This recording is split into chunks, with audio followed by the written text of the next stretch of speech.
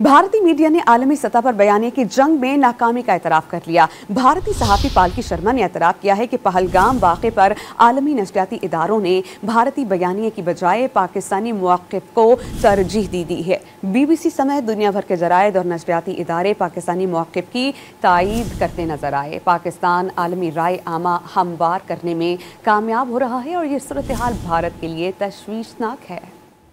भारतीय मीडिया ने आलमी सतह पर बयानिया की जंग में नाकामी का एतराफ़ कर लिया। भारतीय सहाफ़ी पालकी शर्मा ने एतराफ़ किया है कि पहलगाम वाक़े पर आलमी नशरियाती इदारों ने भारतीय बयानिया की बजाय पाकिस्तानी मौक़िफ़ को तरजीह दी है। BBC समेत दुनिया भर के जराइद और नशरियाती इदारे पाकिस्तानी मौक़िफ़ की तायीद करते नजर आए। पाकिस्तान आलमी राय आमा हमवार करने में कामयाब हो रहा है और ये सूरत हाल भारत के लिए तशवीशनाक है।